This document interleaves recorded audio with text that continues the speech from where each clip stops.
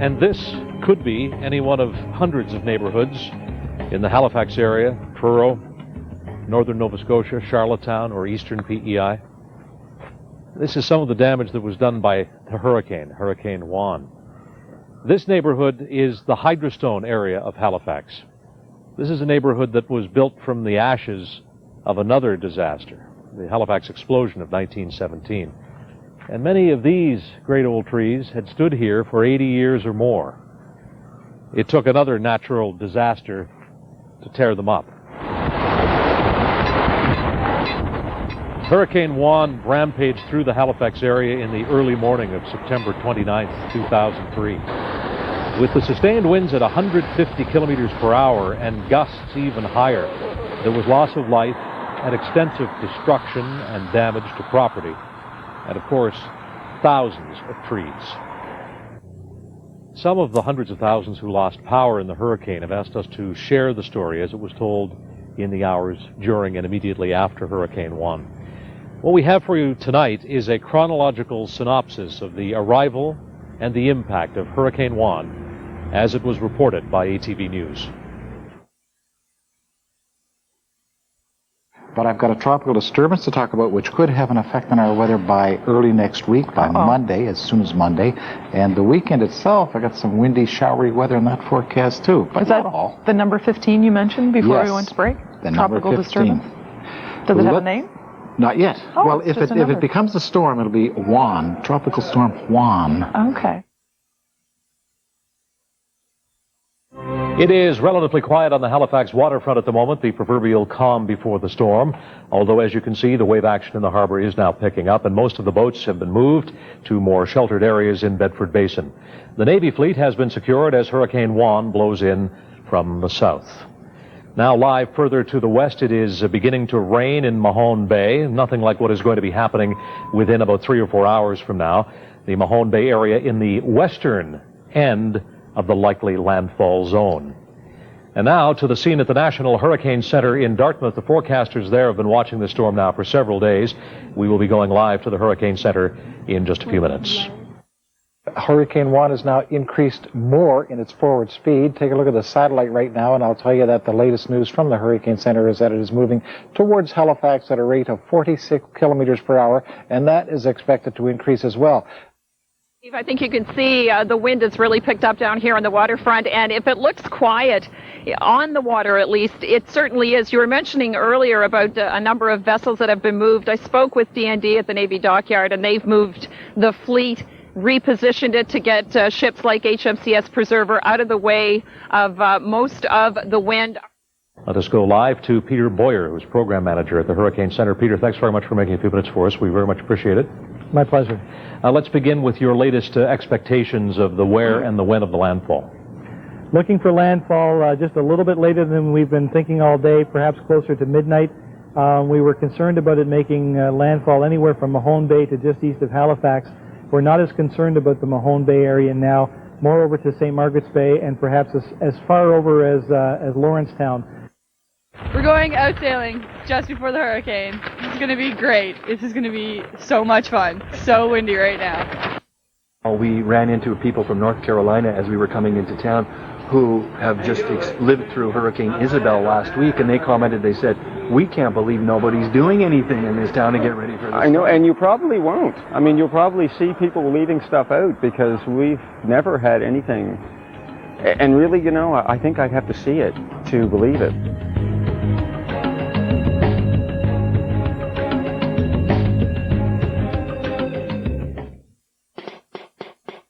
It's outdoor project time, and your local Timber Mart is your outdoor project expert.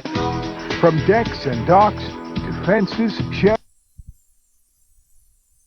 2.5S has the standard features you want, including a 175 horsepower engine, air conditioning, 6-speaker seats.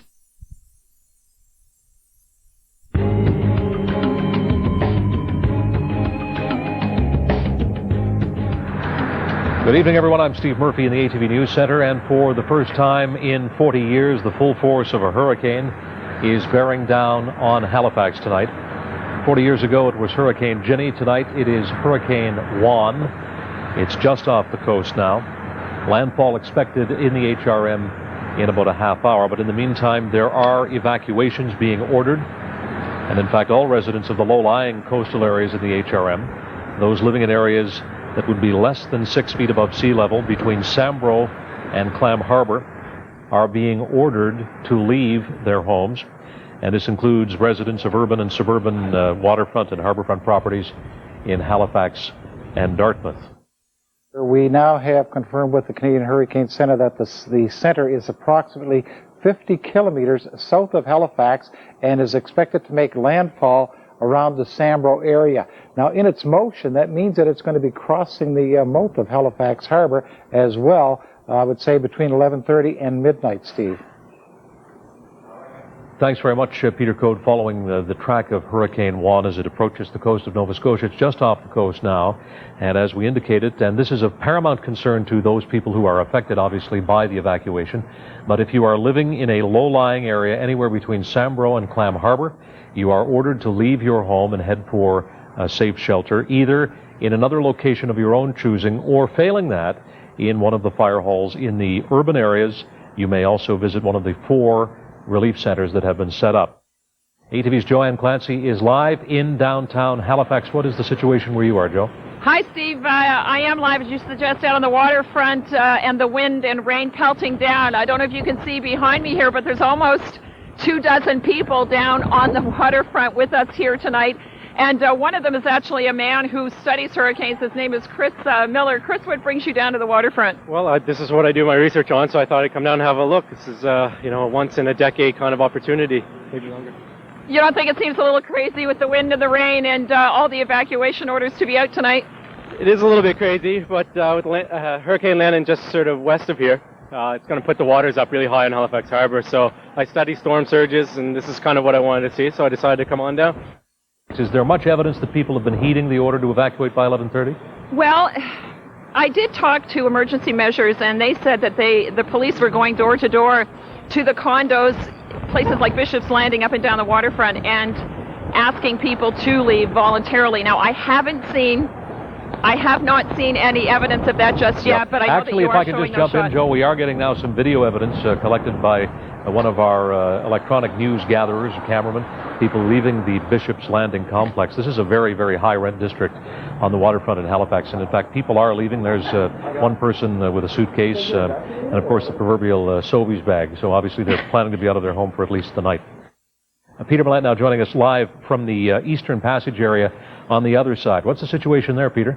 Well, Steve, it's wet, it's windy, and as somebody pointed out to Joanne, who she was interviewing on the waterfront there, it's a simple way to describe it, but it's scary. It's true. I'm not holding onto this rope for dramatic effect, Murph. I'm holding onto it because the wind gusts are massive down here. It is wet and windy, and in the 27 years I've been covering news, I have never been out in anything like this before. Weather like this holds a strange fascination for people, as we just witnessed with Joanne down in Halifax. There aren't many people in our location here in Eastern Passage, but there is a fair amount of traffic traveling back and forth, people who are out in this storm. You know, Eastern Passage is a community that makes its living very much from the ocean, and there's a lot of merchandise tied up behind me in the waters here, and there's a great deal of fear, perhaps, of what's going to be, what people are going to wake up to in the morning.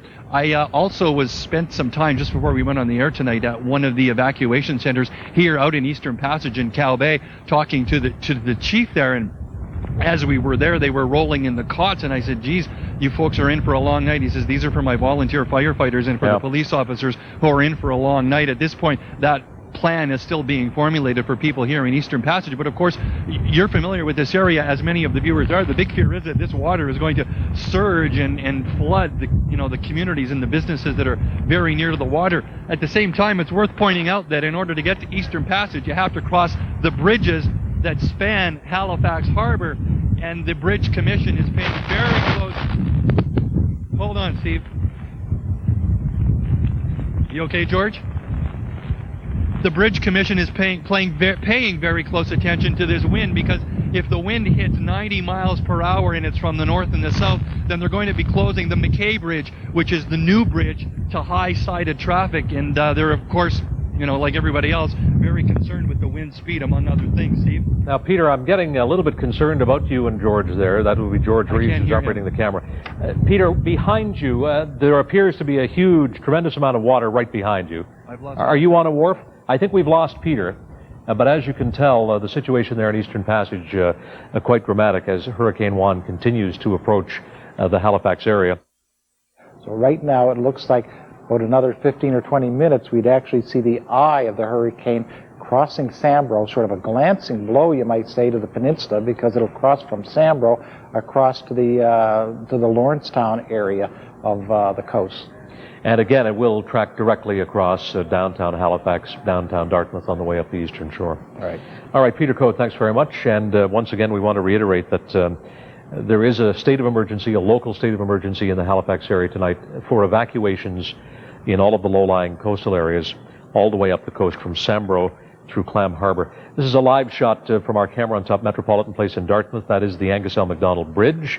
And as you can see, there does not appear to be a great deal of bridge traffic. It may well be, in fact, that bridge traffic has now been somewhat restricted. You see police lights on the Halifax side of the bridge, so there may, in fact, be some restriction, if not a closure, of some of the traffic on the bridge. We did know that the walking lane would be closed. Of course, who would want to be walking on the bridge in the middle of this? Listen, we've got a hurricane out here, and I'm only standing about 50 feet from where you are. But right now, it is absolutely blowing hard out here. We've seen some transformers blown. The power's gone out a couple of times just across the street here. And we've heard a lot of what sounds like debris or branches falling in and around this neighborhood. And it's actually kind of scary out here right now. Yeah, and there's a bit of traffic. That, of course, is Roby Street, which is a main arterial in Halifax. There appears to be just a bit of traffic there. But what are the road conditions that you're able to see from there, John, in terms of water on the road? It doesn't look good. There goes the power again. I don't know if you can see behind me. Yeah. The roads don't look all that bad, although there's a huge buckets of water off to the side. I've been in a lot of windstorms out on the West Coast as well. This is the worst that I've ever been in. It's really getting kind of hairy out here, and it's remarkable to see the difference in just the last 20 to 25 minutes. Yeah, ever since, really, about 7 o'clock tonight, it's been quite incremental, but then suddenly, as you've said, in the past half hour or so, it's become quite a bit more intense as the storm approaches the coast. John, thanks very much. CTV's John Vanavalley-Rao outside in Halifax as Hurricane Juan continues to bear down. During our last live report with CTV's John Vanavalley-Rao, you saw the lights go out, and this may be the reason, not far from where John was reporting, a transformer is now burning. This is one of a number of power problems being reported in the Halifax Regional Municipality tonight. There were earlier power problems, in fact, in the emergency center in Dartmouth, from where all of the emergency measures are being coordinated in this storm. And we're also hearing of reports, sporadic power failures in the eastern part of the HRM.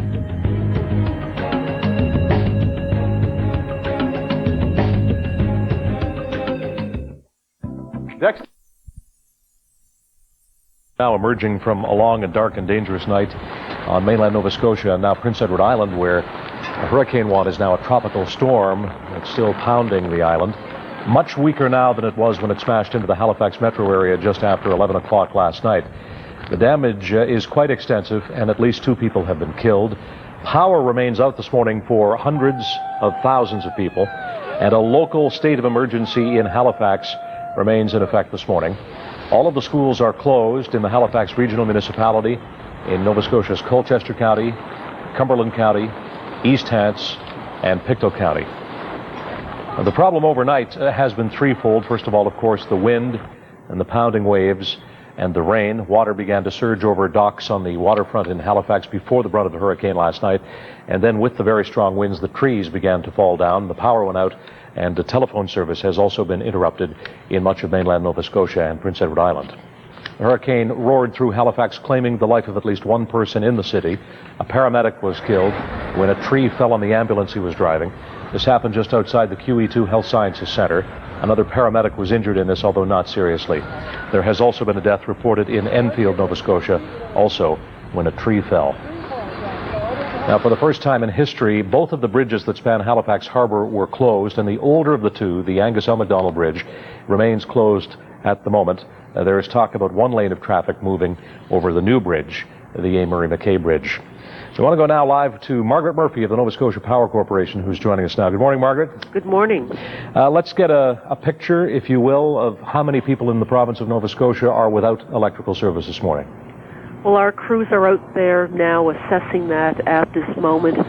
Certainly well over 100,000 at the height of the storm, easily 140,000. Very unusual to have a hurricane move on land. This had a significant and concentrated impact on the metro area, on Truro, and then in a clear path right across the province. As you can see behind me, that is the walkway to the ferry terminal, and it is shredded. The roof has been completely ripped, windows have blown out, and the damage doesn't stop there. There are trees, as is the case all around the metro area and around the HRM, that have fallen and are literally blocking the area here. To my right, the boardwalk is a complete shambles. Salty's, a restaurant down here, the back wall has been completely blown out, and we understand that the phone booth that was inside that restaurant flew with the force of the hurricane to the casino. And let's get a closer look at some of the damage behind you. That is the ferry terminal. There appears to be a lot of rubble, a lot of debris. That's right. I'm going to step away for a moment, and Kevin Doyle's going to, I don't know, I hope you have a clear sight of that now, but you can see that the roof has just been ripped apart. The windows on the left-hand side heading down towards Dartmouth are completely blown out. And as for the Dartmouth side of the ferry, we understand there has been extensive flooding, not severe building damage, but a lot of flooding inside. And of course, obviously, the ferries aren't running today, and who knows when they'll return to service. But the harbor here is scattered with debris, and quite a sight indeed. I know observers here are certainly shocked by what they see this morning. All right, there is quite a picture emerging here at First Light this morning. Ann, thank you very much. You're welcome. ATV's Andrew on the waterfront in Halifax. Ann mentioned that the ferries are not running in the HRM this morning. There is also no Metro Transit service anywhere in the HRM. And again, I'd like to repeat that if you're watching us here on ATV and ASN this morning, chances are you're not in the affected area. We know that there are approximately 100,000 addresses in Nova Scotia without electrical service this morning, and many of those are in the Halifax area. So certainly if you know someone in the Halifax area, it might be helpful to place a quick telephone call to them to pass on some of this information. Also, we know that Prince Edward Island has been very hard hit by Hurricane Juan, which is now downgraded to a tropical storm. The island still being lashed by winds and rain, and many, many thousands on the island are also without power, as are a significant number of people in Colchester County in the area from Truro to Tatamagouche. 200 people from this apartment in Dartmouth were forced out of the building after 4 of the units collapsed, and at least 3 people were trapped for a time. When it was over, however, no one was hurt. Probably 100 yards. There was a partial brick wall collapse in one of the apartments that came down across the doorway. It trapped the people inside. The police arrived on scene first, and they were able to gain entry through the wall and get the people out. As far as I know, the people were uninjured. Come on out. Officials are going to try to find out what caused the crash, the collapse, sometime later today. Hello? One of many jobs to be done by way of cleanup. The major problem in the Halifax area this morning, beyond the lack of electrical service, is tree fall. Halifax is a city of very old and mature trees, and many of the main thoroughfares in Halifax, of course, are lined with trees, many of which have been ripped from the ground, and others of which have just lost huge, tremendous tree limbs. And we're going now live to the mayor of the Halifax Regional Municipality, Peter Kelly. Good morning, Mayor Kelly. Good morning, Steve. Mayor Kelly, in a city that has a lot of problems this morning, what do you and the EMO officials consider to be the major problem in Halifax at the moment?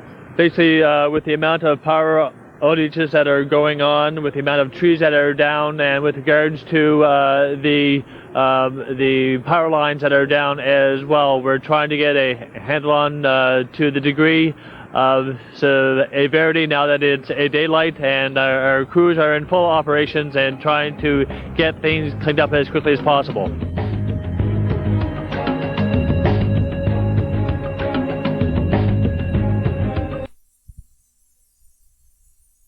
Reported at Halifax International Airport at the peak of the storm, 143 kilometers per hour. I heard one report earlier this morning of a wind gust of 177 kilometers per hour at Shearwater. and the storm was still packing winds of 139 kilometers per hour as it passed west of Charlottetown. That was shortly after 3 o'clock Atlantic Daylight Time this morning. And the information from the Canadian Hurricane Center as of 6 a.m. had Juan moving toward the north at 40 knots, or about 74 kilometers per hour, with maximum sustained winds at 55 knots.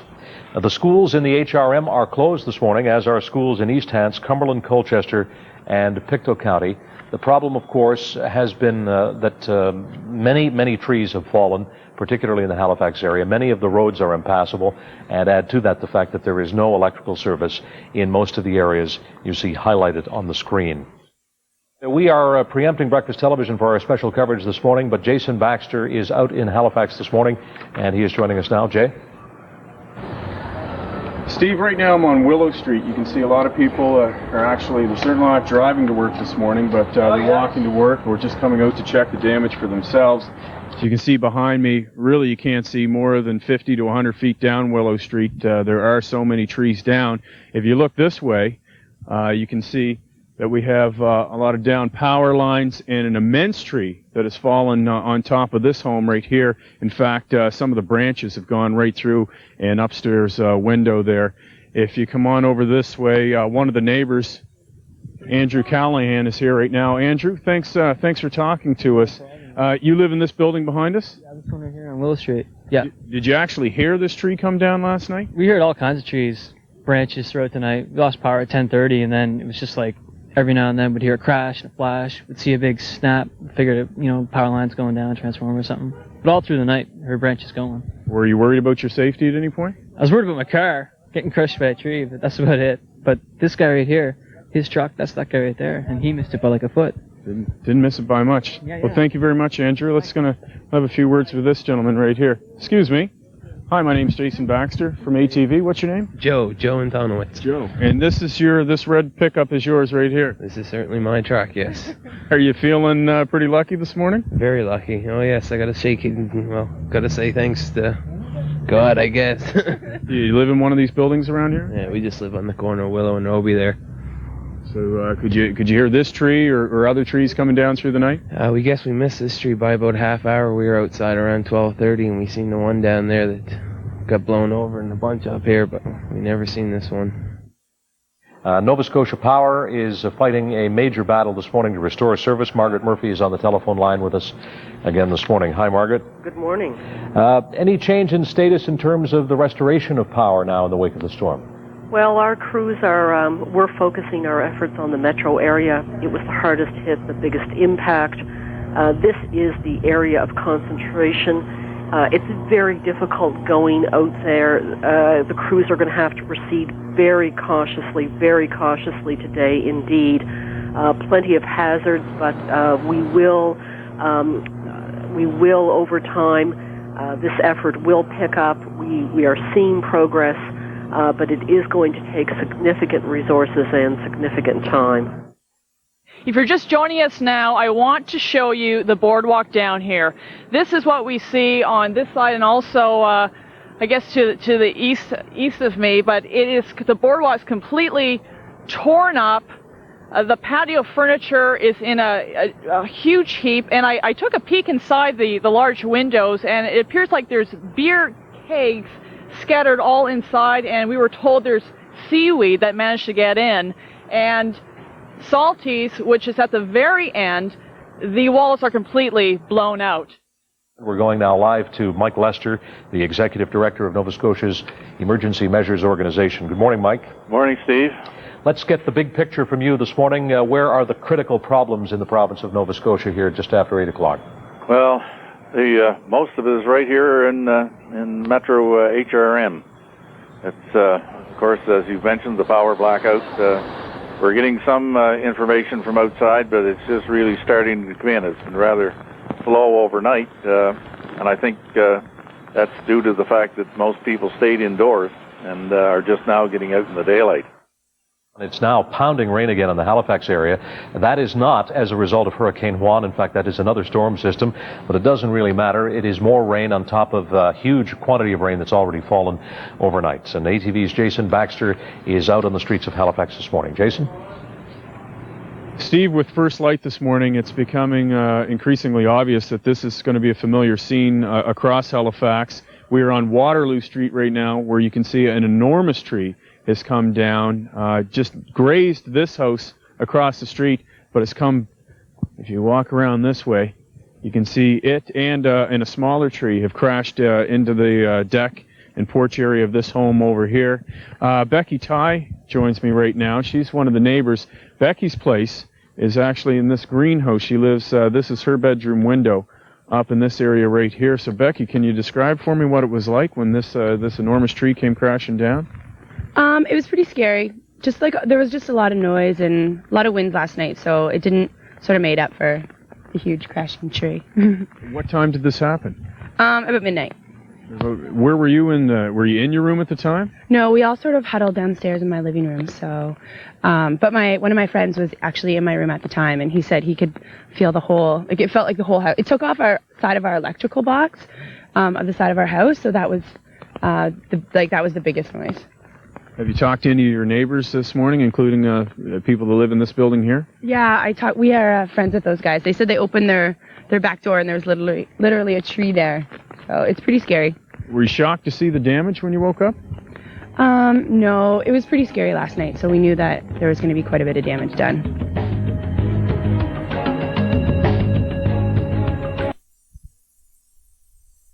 Local trailer park are counting their blessings. Debris from a nearby apartment building was wreaking havoc on the park, and Jason's joining us now with those details. Jay? Steve, it's becoming evident as we travel around HRM that the damage isn't limited to fallen trees. The structure behind me used to be the roof of this apartment building over here. You can see the majority of the roof is gone. It no longer exists, and it's landed right here in the street in this trailer park in Spryfield. And you can see the number 3 mobile home over here. Much of its roof has been torn off. And a lot of extensive damage. The gentleman that lives here, his mother lives just across the street in this yellow trailer, and miraculously her place hasn't been damaged too much, but this roof has gone right up to the base of her mobile home. Neighbors are still a little bit nervous. There's a lot of down power lines. You can see power lines right here in front of us, and the power, of course, is out right now, but they're worried if the power comes back on, the ground's very wet and potentially could be some live wires. Richard Saunier, who joins me now, he lives in this mobile home right across from us. And Richard, you must have quite a bit of damage. Yeah, there is. Well, the damage to the roof, the windows are all smashed out in the front, water damage, and God knows fence is broken down. God knows what else is done. Where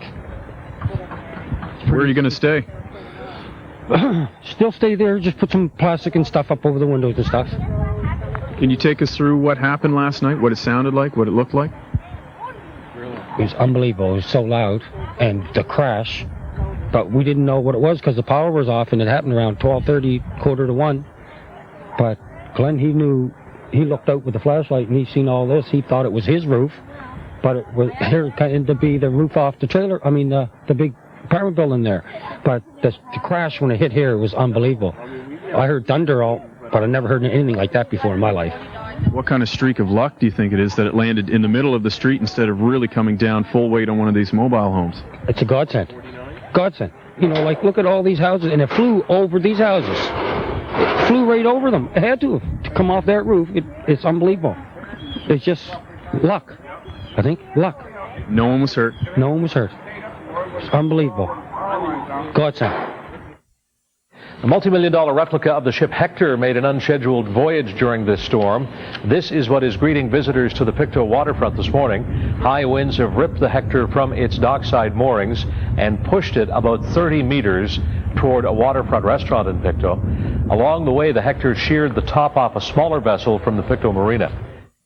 And the mayor of the HRM, Peter Kelly, is joining us now on the phone. Mayor Kelly, good afternoon. Good afternoon, Steve. How are you doing? I'm okay. How are you doing? Good, thank you. How's the city doing? We're getting back to life slowly. We have our crew float trying to address the issues of the fallen trees and down wires. It is challenging to deal with them when there are people around who are out to see what is going on, and it does hurt or slow down the process with our crews.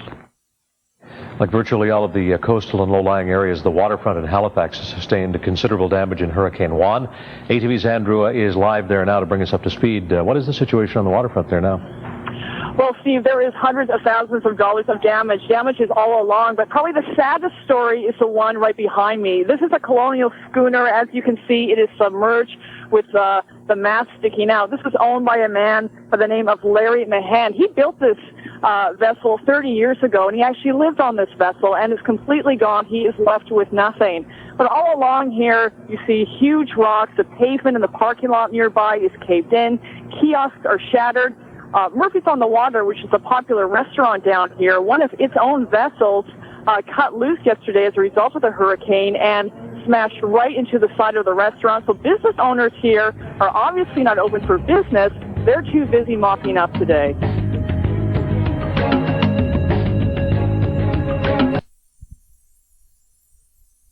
And the ATV Evening News. For the first time in 40 years, the city of Halifax has sustained a direct hit from a hurricane. There is extensive damage to trees and buildings and boats, and at least 2 people have lost their lives.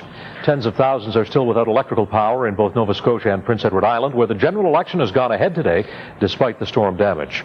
And there is plenty of damage. We want to bring in a special guest. Mr. Ham, can you come over here? Premier John Ham, one of the many, many people wandering around on the waterfront here today. What was it like at your house last night? Noisy. The wind blew all night. The phone rang all night with reports from Ernie Fage, who's the minister responsible for the Emergency Measures Organization. And about 5 a.m., I decided to look out the front door, and a huge tree that had been in front of the house for over 30 years toppled over and just missed my wife's car. Most everyone knew Hurricane Juan was coming, but few were prepared. Down at the Halifax waterfront, it was a sight all too familiar. Businesses in the business of cleaning up. It's scary, to know that a storm could come into Halifax like this and do this kind of damage. I guarantee the next time there's a hurricane warning here in Halifax, people will act and respond a little bit differently than this time. Damage was severe. Hurricane Juan unleashed vessels, causing them to slam into the sides of buildings. Entire patios were tattered and destroyed. Docks ripped up and overturned. Hard to believe this is where people sat quietly just over a day ago.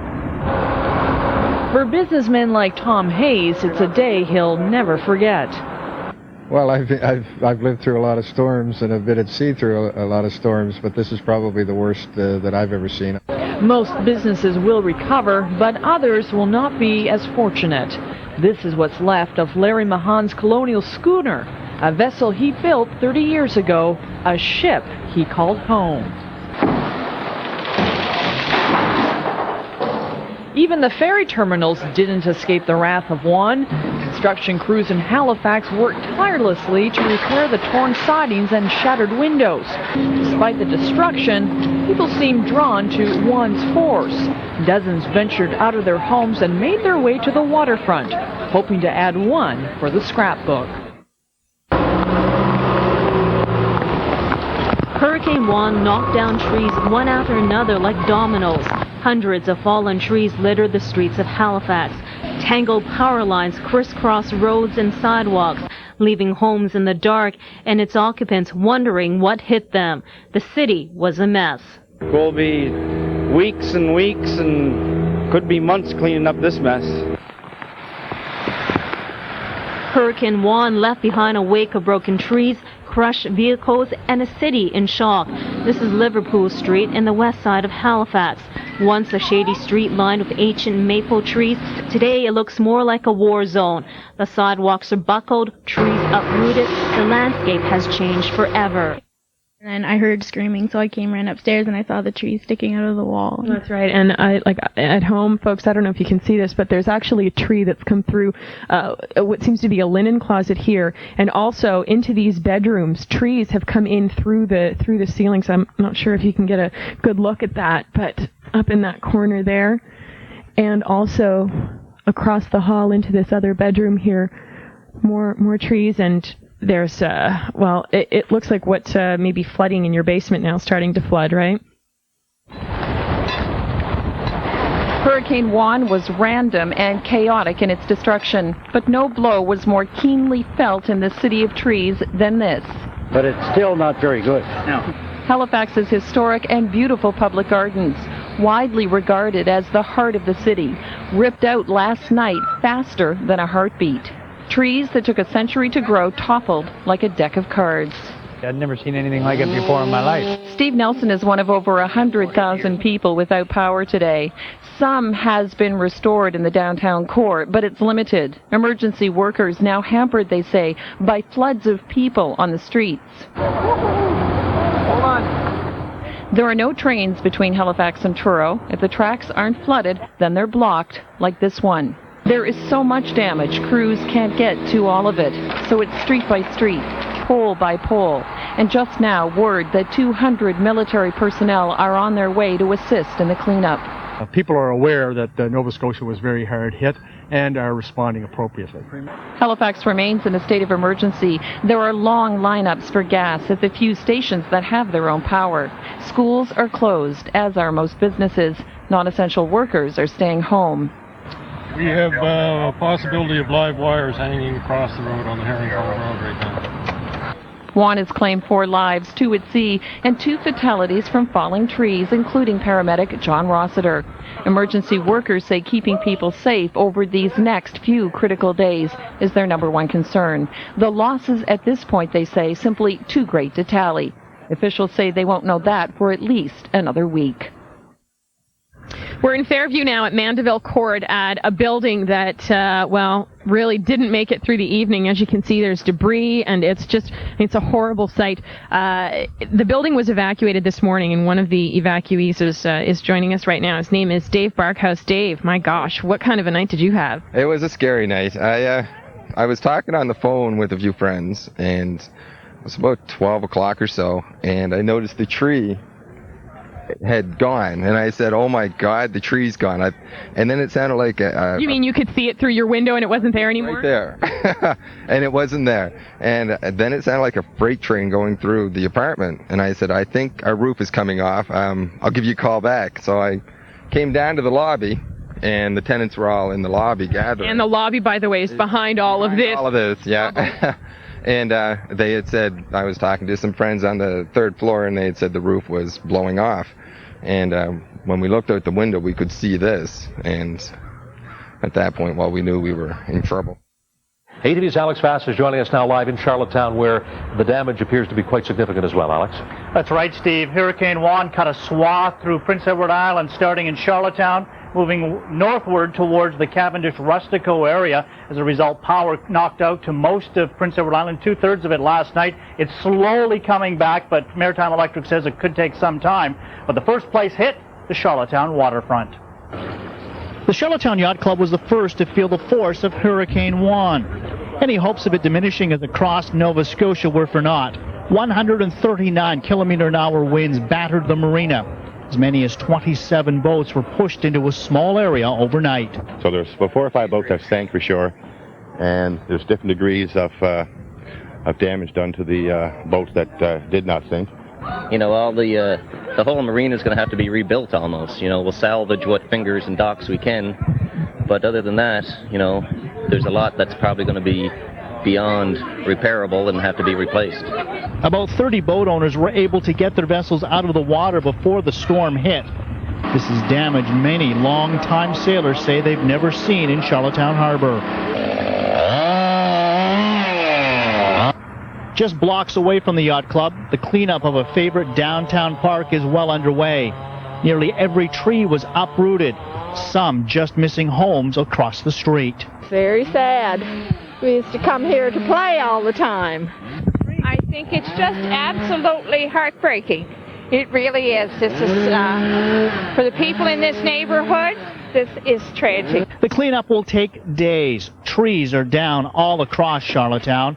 Power crews are doing what they can to restore electricity. At the height of the storm, 44,000 islanders were without power. Maritime Electric crews are getting help from NB Power and St. John Energy and are working as fast as they can. Steve, I've never seen anything like this, and most of the people who live around here in Clyde River and New Haven haven't seen anything like it either. But Islanders are tough and resourceful, and they're already cleaning up. No one here has ever seen anything like it. 3 generations of one family have lived here. The McPhees loved their big trees, but last night they came down hard and fast. When I finally stepped out here and I looked, and my whole yard was completely covered with this great big huge tree. And my meat shop and my garage were completely flattened. The McPhees weren't the only ones hit. Out on the highway, a long line of telephone poles lie on the ground. Further on, there are more sections of downed poles. There are also demolished barns just up the road. This farming family was fortunate in one sense. Their cattle were outside last night, and the section housing their horses remained intact. A little further along, and another century-old barn was left in ruins.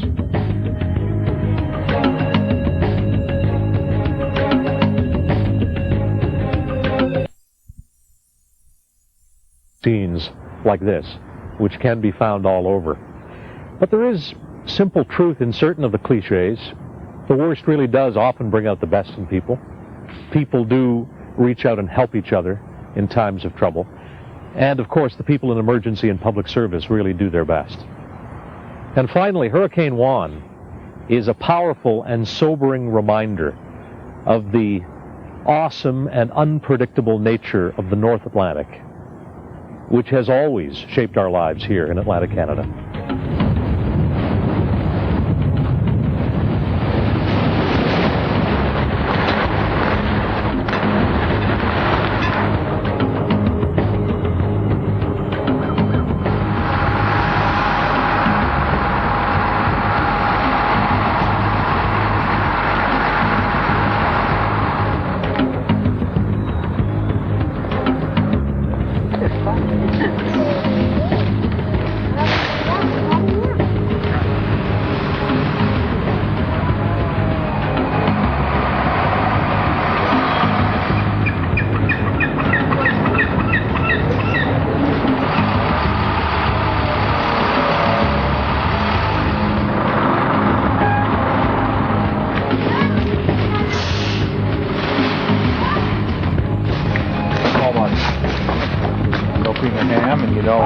Nice to meet you.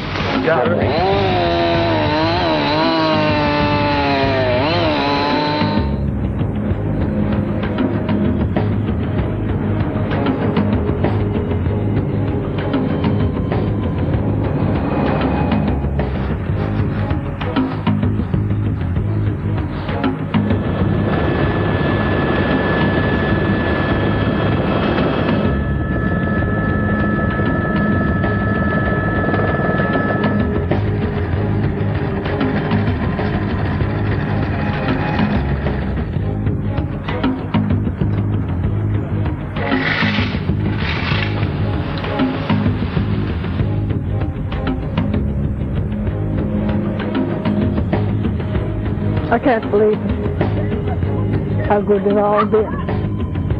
I don't think I've ever had so many hugs in my life.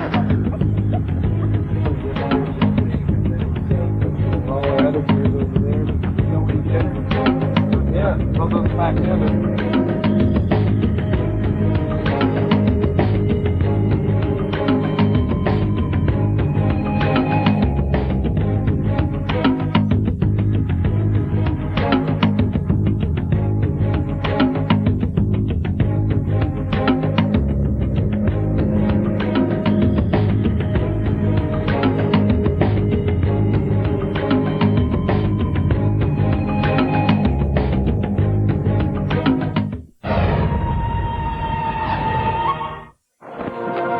CTV, Canadian Television.